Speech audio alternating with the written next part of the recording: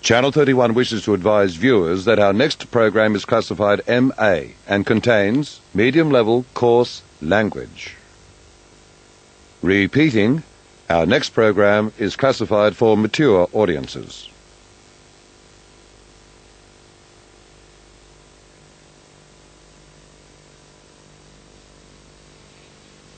Greets Collingwood.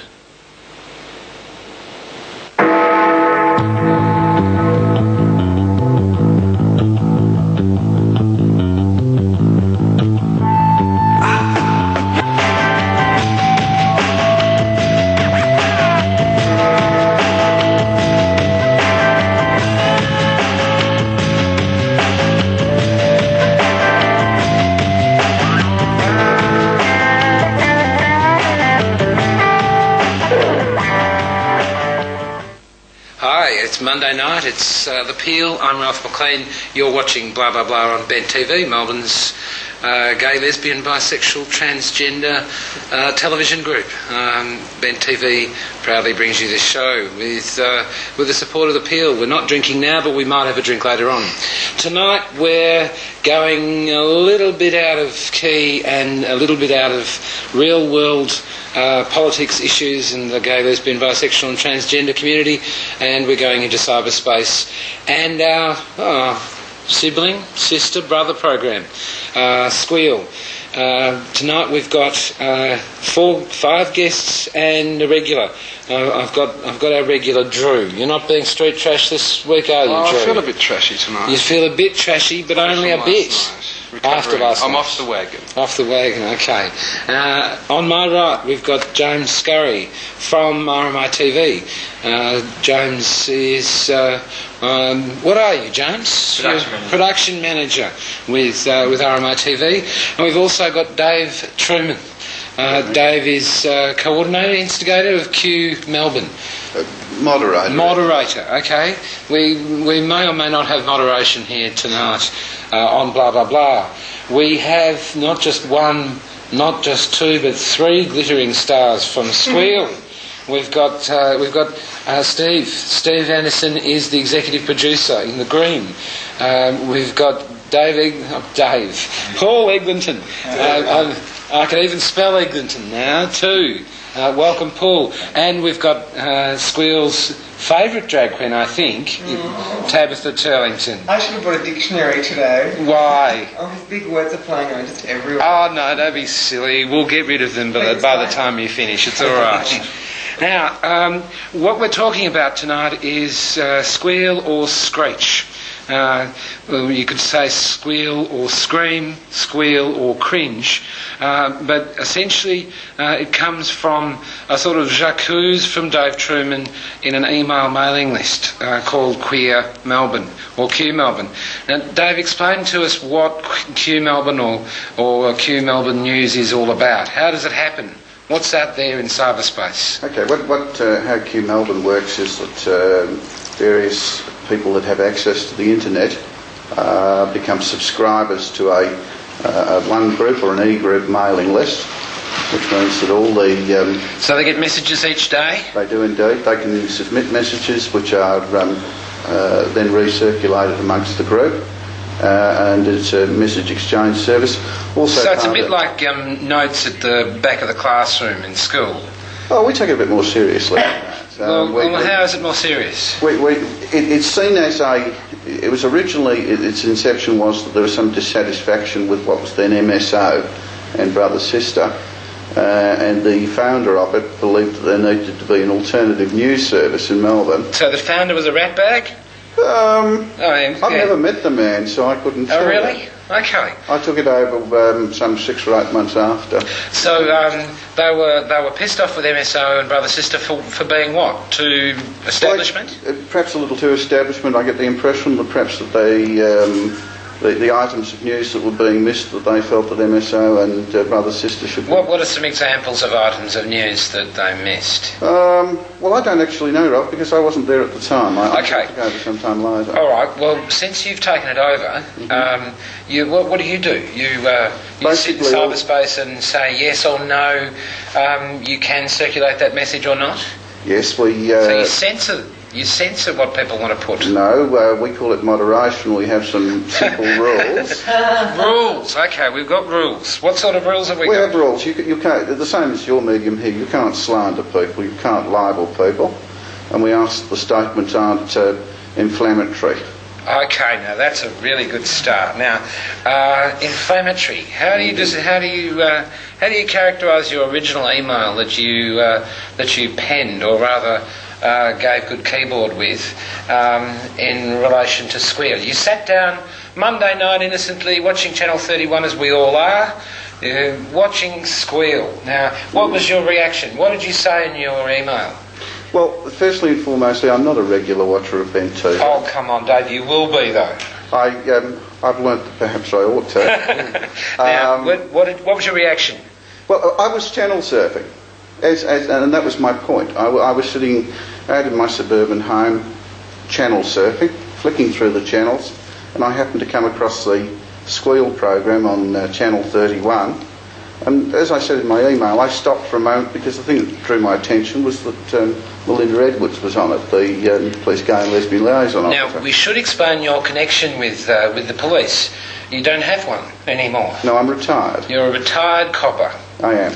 And in fact, you're really living history in relation to gay, lesbian, bisexual and transgender past in Melbourne, aren't you? I have been referred to as a living legend. Yeah. Yes. Well, the reason for this is...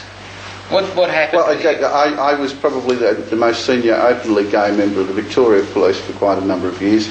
I also founded the Gay and Lesbian Police Employees Network. Right. And that brought us into great conflict with the police department and the then Police Minister, Bill McGrath. So.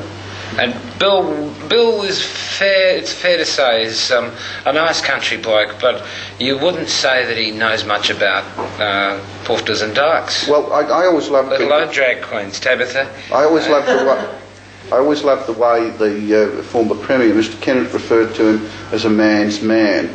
I believe that could be open to any interpretation that one wanted. Well, the former Premier characterised grammar boys as being an absolutely acceptable second choice if you can't get a girl. But that's in Hansard. Well, Ralph, it happens at every academy. Drew, that happens in every academy. Everyone. We're not going to get into Trinity this week. No. That's old news by now. Now, Dave, Melinda was on SQUEAL, and she was talking about the police, or she was liaising, or what was she doing? Well, frankly, that was my problem, Ralph. I couldn't tell what was going on. Well, sometimes we do have problems with that. It appeared that everybody was talking, or more to the point, screaming at the same time. I watched it in somewhat a state of paralysis for a short time. I can see the first lips now. Gets me. How dramatic. That I was trying to figure out what was going on. Whatever you were trying to produce that evening, you weren't getting your message across. And so essentially you were shocked. You were shocked and you were disapproving. No, I'm not shocked and I'm not disapproving. I merely didn't understand what was going on. It was a noisy, screaming, squealing affair. Okay, we're going to go to the squealers now. Now, Steve, Tabitha, you're dying to say something, aren't you? You're dying to want to squeal. No, because I was actually on that. I think I was on that show. It was you that was squealing. You were anchoring. I'm a natural born squealer. But was it when we're showing the footage of the carnival? Is that when you surfed in? There was the week before Carnival. No, it's the week before. Pride March. Was when we were showing Pride March footage? Oh, yes. Is that the show you were watching when you were paralysed? It was the week before last. Yeah, but when we were showing the Pride March. And you were talking over the We were footage. always giving our general things and that. And I don't see... Do you understand why Melinda's there? I eventually got some idea why she was there. It's just because I do a lot of, for minus 18, say, let's just say for that, which are the young gay guys coming out to nightclubs, we did a show with her. Melinda was there and nice enough to come on stage. And it was just funny when I asked the crowd, how many of you are too scared to go and speak to a police officer, or if you're getting troubles at home or with friends, and having Melinda there, when they're able to go up and speak to her, then they will now feel comfortable, if they are in trouble, to ring her up. And she was giving them her number, where they could contact her, so now they don't have to feel afraid, they don't have to be scared. So I think by seeing her on TV, whatever age they are, Melinda's a face there, so they've got a face to a name if they need to ring somebody up and need help. So I think it's good if she's there with nonsense or with something serious. It's just nice having her there, so that people out there know they've got someone to speak to, all those who are involved in domestic cases. Now, technically, though, the criticism was not whether it was a good thing that Melinda was there or not, but was it understandable? Where Steve, as EP, you're presiding over I this. actually booked Melinda. It's one of my duties as the executive producer of SQUEAL, and we've had Melinda on several times over the last year and a half, and we've got to know her. She's the gay and lesbian liaison officer. That means she liaises with us. Now, she can sit there and say, yes, I'm a police officer, and that's all very good, right? But it's not going to bring her any closer to the community. So I thought it was much better, and she tended to agree and felt comfortable with it at the time, that she came on, not in the capacity as officer, even though she was wearing her uniform, and she wasn't there to do that, but she was there to be one of us and participate in community television and be one of the Squealers, which is a light-hearted show. I think that she was liaising very well with us. She was having a good time. She got asked some sticky questions that she Dodged quite well. And she gained a lot of respect from us, as well as the viewers, I'm sure, of maybe a younger nature. You are of a different age group to most of our viewers, I think. Oh, I don't know about that, Steve. We have quite a few old people. Old people, young people, middle-aged people. Yes, but middle-aged like you and me, or no, actually you're No. I mean, I'm just thinking of the young queens that go out on the scene and do the partying and stuff. Yeah. But also you have a background from the police force, so you're looking at it through police officers' eyes, whereas the rest of us are looking at it through community eyes. Dave, you're retired now. But as a retired police officer, Don't stereotype me into being what I may or may not be. I am, merely because I'm a retired police officer doesn't mean that I'm necessarily conservative or I can't enjoy myself or have a good time. The program, people, was bad television. In your opinion? It was bad television. It failed to communicate the message that you wanted to communicate, whatever it was. Sometimes there's not a message there, it's just about having fun. Not everything is so serious. I mean, it's light-hearted entertainment. Sometimes my patter is funny. Sorry, continue. I was going to say, you people certainly appeared to be having fun. I don't know how many of your viewers were, because I certainly couldn't understand it. Now, again, I qualify that with, this is one of the first times I've come in and watched the program. My critique on the internet asked other questions apart from being critical. I called it the cringe program. It was when setting off my cringe factor at home like no one's business. Well, it is actually true that that not everybody in the community does squeal or screech or scream at the same time, but there are a lot of queens that do that, Dave. You go to any gay bar and you'll see quite a lot of screeching and screaming and squealing. And it is typical of the gay and lesbian community, isn't it? I don't think it's typical of the whole gay and lesbian community. No. Look, quite frankly... What is typical of the whole gay and lesbian community? We're diverse. Pick one thing that we all have. Sexuality. Sexuality. Oh, wow. And how many different variants are there on that? Okay, now, we're cringing here on blah blah blah. We're talking about SQUEAL, we're talking about cyberspace, and we'll be back in a second or two. On a silent. Well, the conversation does get a little more heated than that, but just think about this when you're watching it. Think about all the things we said behind the scenes. And then you've probably got the true story. Now, meanwhile, I'm about to give you the weather, but I thought I'd go for the world record of being on Channel 31 on Bent TV on a Monday night and having the most amount of costume changes. I think I'm even beating Tabitha. And now it's time for the weather. Tonight will be largely fine, which means hot in a little room with a camera. A brief shower or two is possible, and on Tuesday it should be fine and mainly sunny with light to moderate north to northwesterly winds after bayside sea breezes. There'll be an overnight low of 21 degrees with a maximum of 35.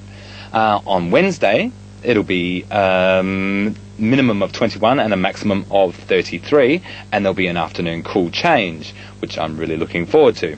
On Thursday, becoming fine again with a minimum of 16 and a beautiful 24 degree maximum. Then on Friday, fine with 15 degree minimum and a lovely 27 degree day. Now we go back to blah, blah, blah.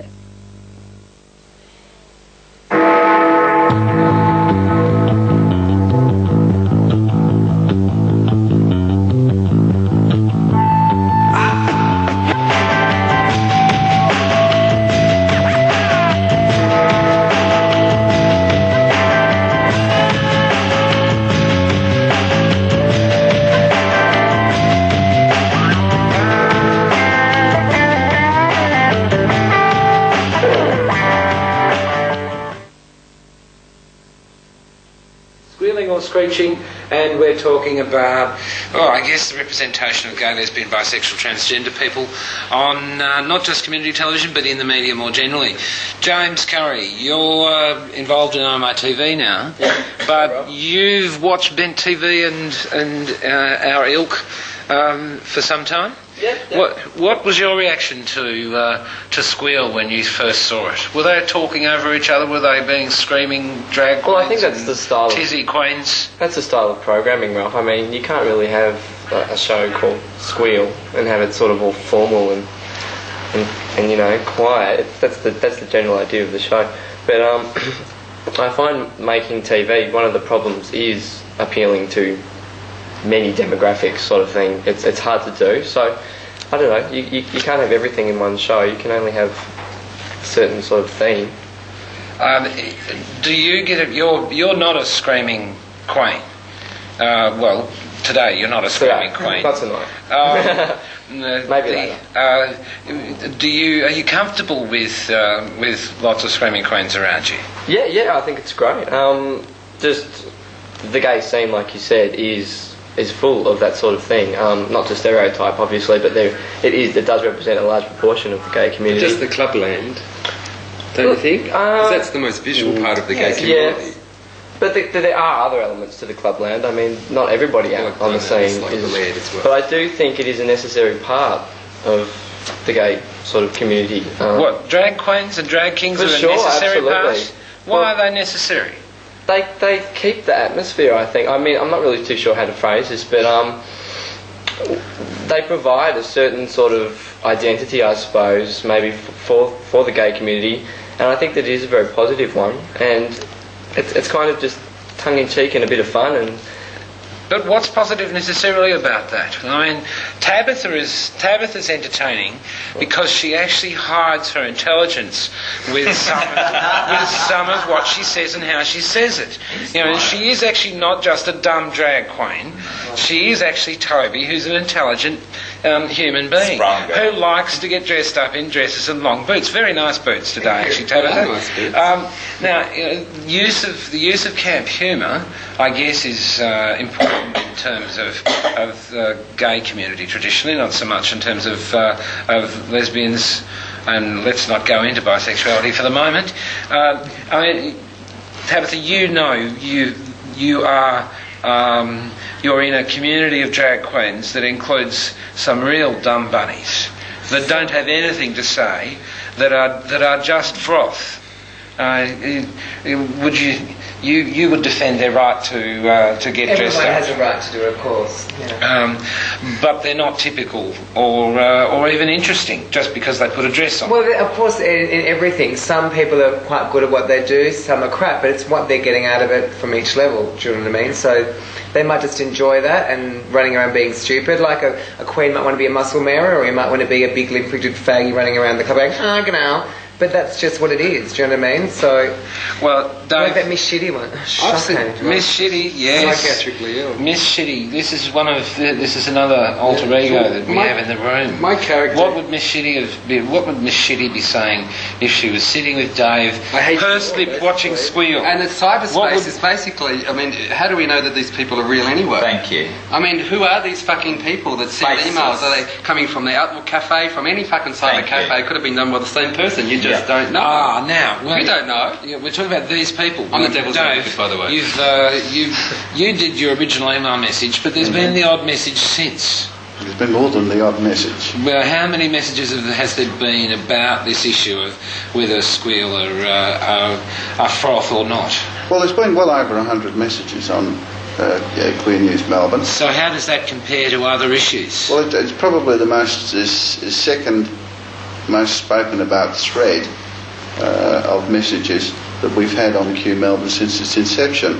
The previous ones, I think, were related to Mardi Gras or something. What, the quality of the drugs at Mardi Gras, or just costumes, the Mardi Gras and the Sydney-centric necessity of Mardi Gras. But this was the second most interesting thread we've had. It stimulated quite a good deal of discussion.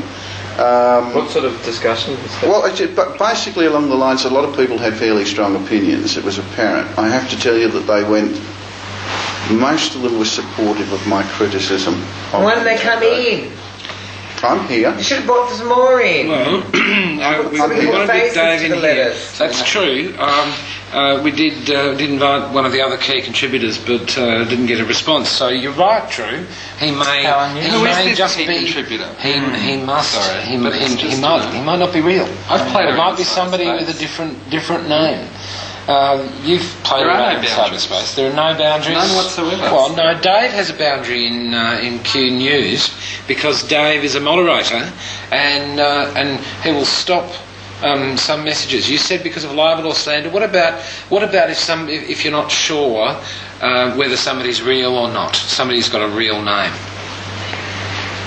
I don't think it's ever confronted. Most of them appear to have real names. They subscribe. Sort of, so if they call themselves Tabitha Turlington and Toby 16. Toby 16, yes, that'd be more fun. Yeah. And they said, well, yes, I'm going to give up drag, and I agree with you, Dave Truman, that I've been wasting my time. I've been far too frivolous. I've used the wrong lipstick, and you're right. Well, what would you do then? Would you moderate that in or moderate that out? Unless the particular messages break the rules, which are 3 simple rules, then everything goes in. 3 simple rules are libel, slander, and inflammatory. Okay. So you don't like getting people excited. Excuse me. Excuse me, Steve. No, inflammatory such as... Oh, but people, this program should be renamed Cringe, and I'm saying that correctly, I'm sure. Now you're quoting from your letter. Yeah. Is this what Mr. and Mrs. Suburban Straight see of us? It's a flying fuck, really. This passes and impurses as in entertainment. My hand was frozen to the remote control in horror, or I would have switched it off. Very melodramatic and inflammatory to me. These comments, like this is name calling and stuff. Now that does sound a bit inflammatory, Dave. Were you being inflammatory or merely provocative? I was being provocative. Can't you? I think people are entitled to have. If they disagree with the program, they're entitled. After the paralysis, you would have got really excited. You can't go censoring things to the point where you can't constructively criticise something, or even criticise something. It's an interesting point, though, constructive criticism, because that was probably one of my little beefs with it, is that these nameless, seemingly nameless, I mean, I have 7 different internet identities that I go under. So Paul 1, Paul 2. And it's as easy as, limits your imagination is the only limit as to who you are and where you come from and what you do. So these Joe Schmoes that have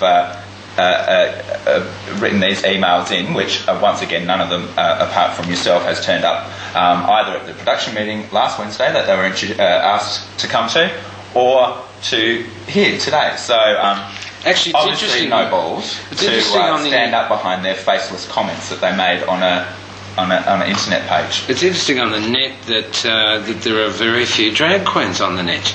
There are lots of tall, masculine... Straight acting. Straight acting, yes.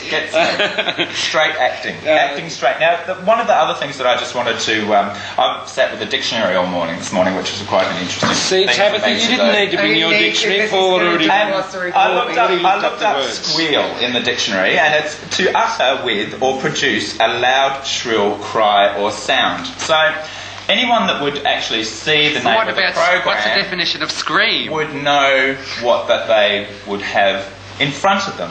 We actually name the program so that people aren't misled by that. And I also saw that it's slang for an informer, which I thought was quite cool as well, because I see us as a bit of an pack of informers, you know, that we there's the whiskers on the scene and we bring it to people every week. The one word that stuck out in your email to me was the word reluctant, which I found really a strange word to use when I saw absolutely no reluctance. What was the context? Criticism as well. He said, reluctant as I am to criticise.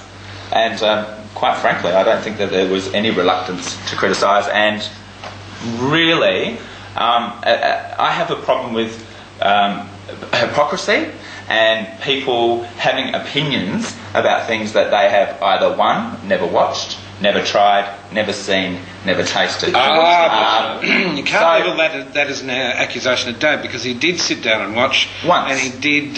He's done it twice now. I've watched two. Yes. Yeah, well, see, you've got a new regular viewer. We haven't heard anything about the second program, and it'll be interesting to see if he does have any comments to say about that. Constructive criticism to me is that if someone out there has a beef about what they've seen on here, I mean, we are an open book. Every week we publicise email address, phone numbers, everything else. And come and do it, make our lives easier. You know, Paul, I think part of constructively criticising something is providing good, strong arguments and evidence about what was wrong with it. Now, criticising the program Squeal for squealing is kind of sort of ironic, I suppose, really. But I think I've watched the show a few times myself, and I think that if people can't look beyond the theme of the show, being squeal, and the face, to what's really going on underneath, to see that there are serious issues being dealt with, like you said, like the police officer and stuff like that, well then, you know. Well then, sorry, I must be a little bit slow on the uptake, because quite frankly... Some of us are slow, yeah, Dave. Some of us are slow. The program I watched was a cacophony of noise.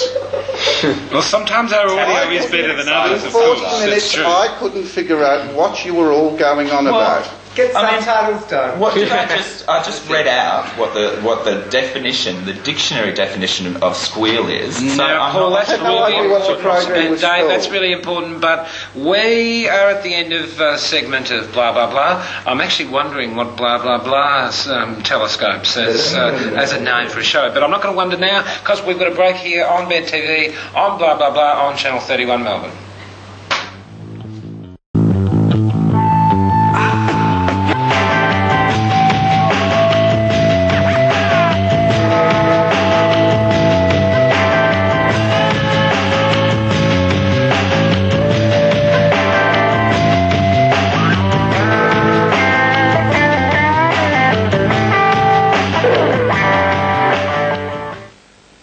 Welcome back to Blah Blah Blah on Ben TV.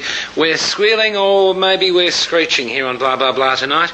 We're talking about the representation of gay, lesbian, bisexual and transgender people, not only on Ben TV, Channel 31 Melbourne, but in the media generally. And our touchstone was an email that Dave Truman from Q News sent out through cyberspace, where Paul Eglinton has 7 identities.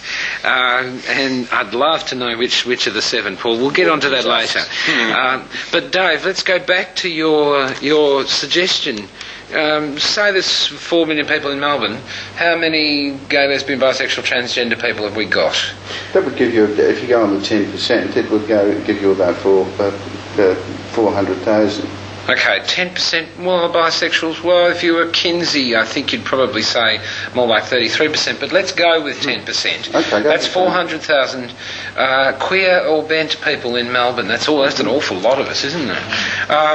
Well, in the state of Victoria. In the state of Victoria, that's true. Not all of us are at venues all the time.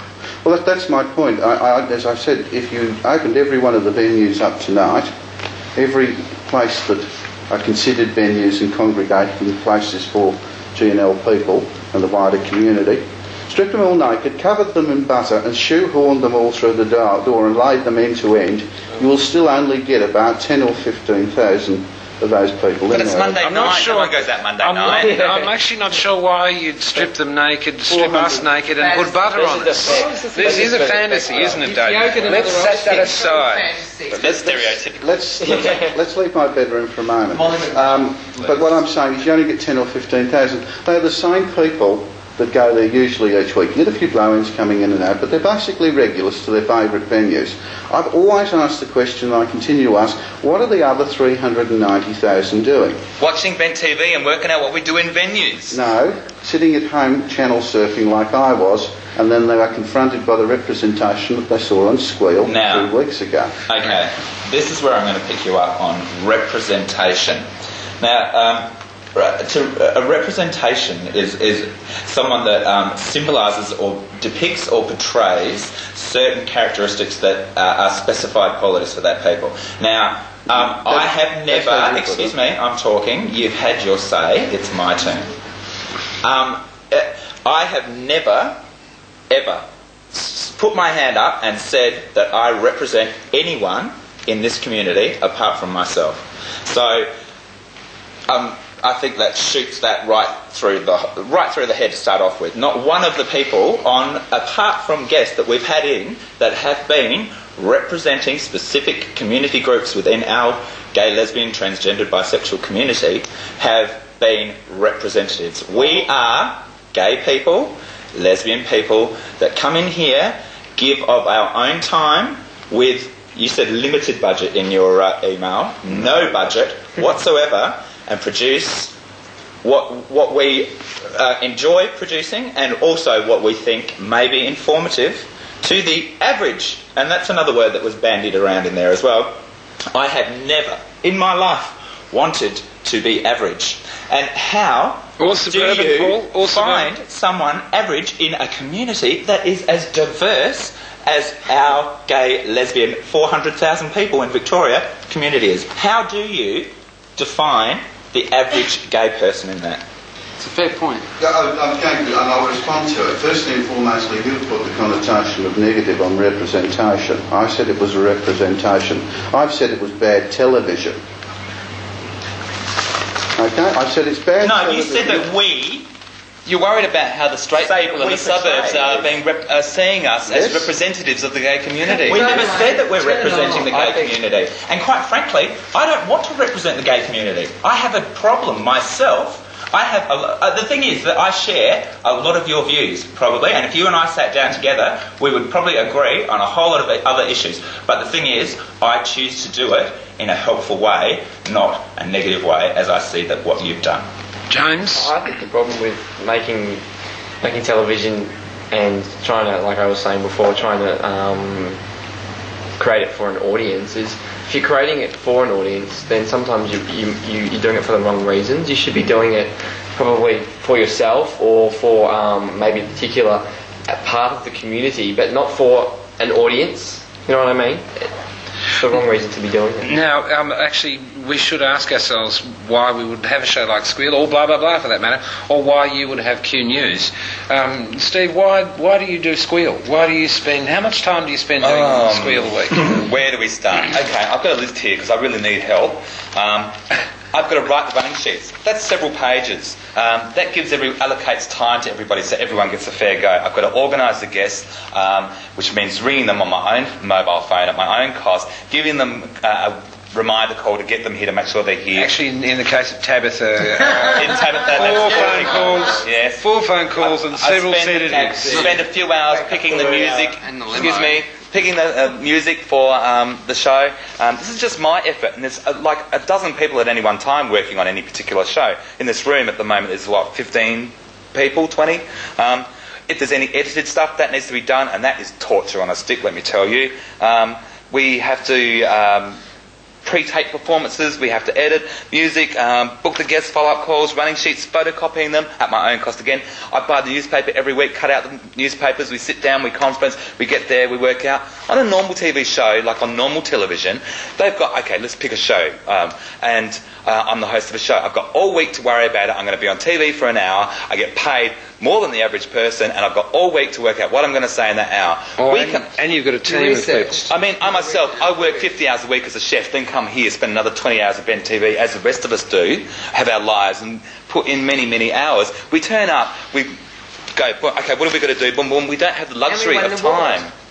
Sometimes we're misinformed, sometimes we absolutely don't know what we're doing, sometimes we're making up fluff just to fill in time. And sometimes it's crap.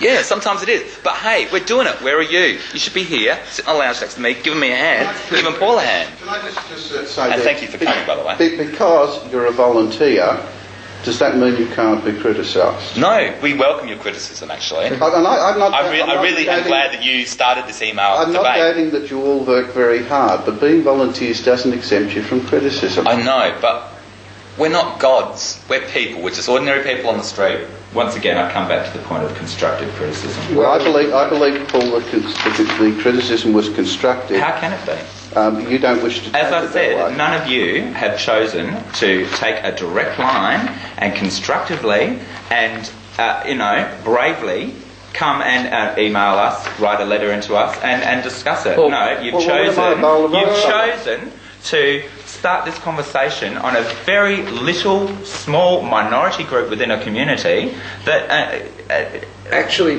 Paul, it's not. Dave actually does Q News Melbourne, and that takes a bit of time too, in terms of moderating messages and and got my fair level of criticism. Yeah, that's true. I'm sure. There are actually probably 390,000 in Melbourne's and Victoria's gay, lesbian, bisexual, transgender community who aren't doing anything. That's some of you out there.